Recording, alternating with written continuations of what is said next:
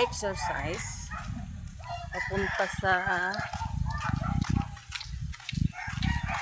papunta na naman ako dun sa palayan sa bagong kalsada sa dulo ng walang hanggan.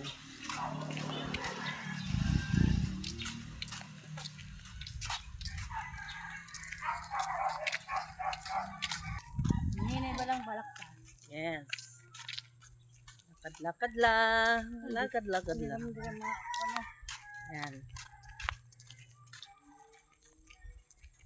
Umagang kay ganda.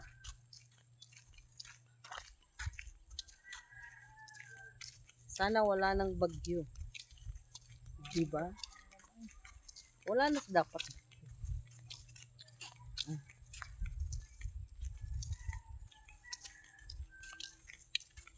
Dati hindi ganito kaganda. Rough road to. Mahirap puntahan.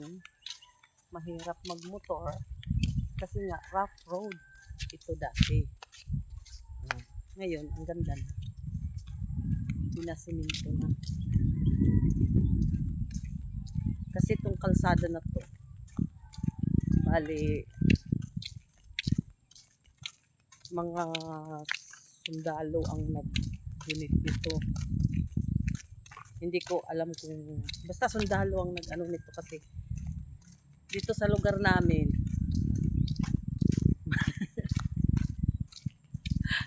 pinamahayan to ng mga NPA. Sige, kung kaya mo, sagasaan mo. Oh. Video pa. Oh, di ba? Dahil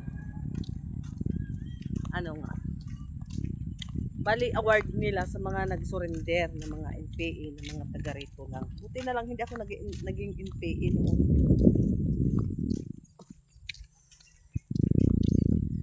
Papunta to doon sa kasulok-sulukan. Doon sa dulo. Pero hindi pa tol.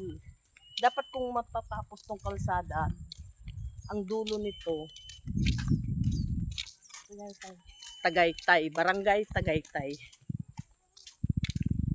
Pero ano pa, malaking budget pang mangyayari dito. Kaya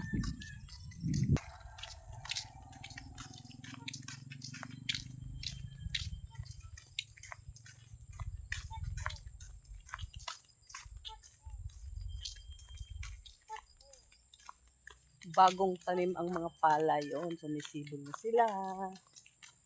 Kaso inulan-ulan.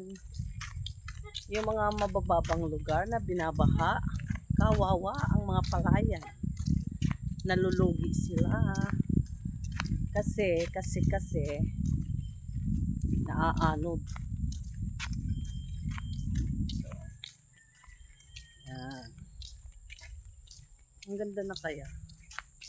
May kuryente na rin papunta doon. Diba? Ang laki na ng pagbabago ng lugar namin. Kaso, yun nga, karamihan ang mga hanap buhay dito ay ang pagtatanim. Paano kung wala kaming lupain? Wala nga naman. Wala kaming namana na mga lupain sa mga gulang. Kasi pinagbibinta nila. Tingnan mo doon may mga bahay-bahay yan doon sa po. Yan.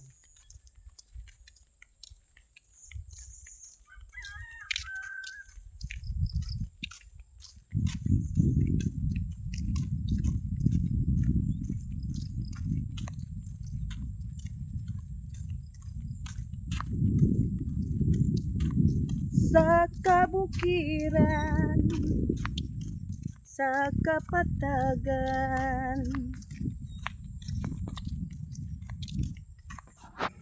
O yan, Nakakapasok na yung mga four wheels. May four wheels na dito pumapasok, guys. Ayan. Uh, four wheels. Dati sa barangay sila nakatira, yung bahay na yan. Ngayon, lumipat sila dyan. Bininta nila yung bahay dun sa barangay kasi mas pinili nila manirahan dyan sa mga taniman nila para nababantayan at naalagaan. O, diba? Halos, every 2 weeks, nagha-harvest sila ng mga pananim nila. Binibinta nila sa bayan. Marami silang mga pananim. Ayan, may mga kabahayan dito. Sarap na dito tumira. Guys, nagsabi na sila sa ila bago Yes. tayo ng kasana, guys. Oo. Natapos na rin. O, di ba? Ito. Mga kamag-anak ko to dito. Yan. Kaway, kaway, kaway, kaway! Kaway, kaway! O, yan.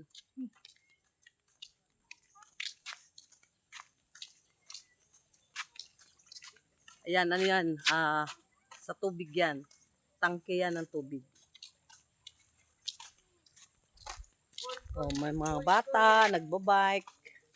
Safe sila dito. Di ba? Galing na. Sarap na tumira dito dahil tahimik. Kahit magdamagan pa dito, mag-video okay, walang curfew. Hindi masisita ng barangay. Oo. Malayo. So, yan. Yung mga teacher, pag walang pasok dito, nagja-jogging. Diba? Ang galing.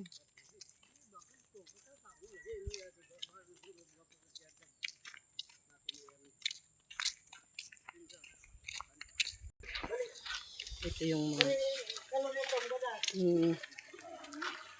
dumaan na sasakyan.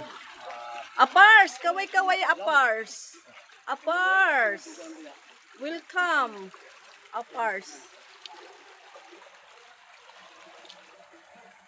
Sila yung gumagawa. Ayan yung barak sila naggawa ng kalsada.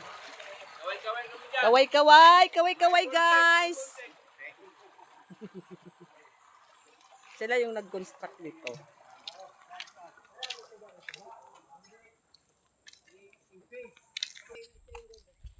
Dati dito kami nakatira, doon pa sa dulo. Pupuntahan ko rin. Doon kami tumira dati. Nung ano pa ako bata. Galing kami ng Samar. Kasi doon yung mga lupa ng mga magulang ko. Pero marami kami noon, isang ano kami, ilang bahay kayo, mga 20. Kaya may piyesta noon, dinadayo kami. Kasi may nakatira doon mga magagandang dilag. At kami yun. Di ba kapal na mukha ko? Lagi ko talagang kiniklaim yan. Dinadayo kami dito ng mga manliligaw. Kaming magpipinsan, pinupuntahan kami ng mga manliligaw. Kahit maputik, kahit bumabagyo, wala, sige, punta sila. Tapos, nagpipiesta kami nun. Pangalan ng lugar namin, Sitio San Miguel. Yan. Yung nagmimisa naman, pinsan namin na pare.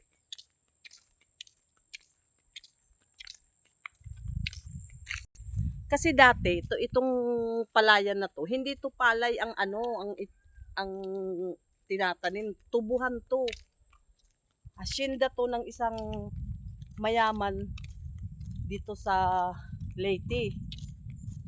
Ngayon, parang na foreclose.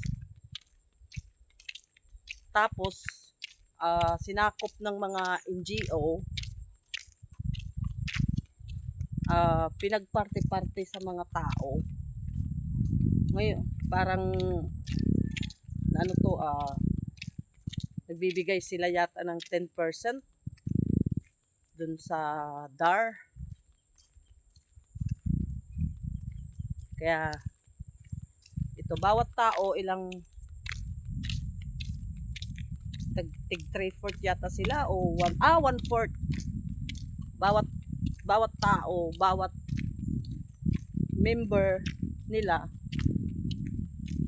may tig 1/4 hectare. Yan. Tapos, ginawa nilang palayan na tubuhan to. Dati, tubuhan. Tapos, tong kalsada na to, hindi ganito. As in, rough road talaga na mahirap. Hindi kahit motor, mahirap. Hanggang doon lang sa highway. Andun yung yung bundok na yun. Nandoon yung highway na yan. Papunta ng bayan. Oh, di ba? Yan. Tsaka ito na nagiging history.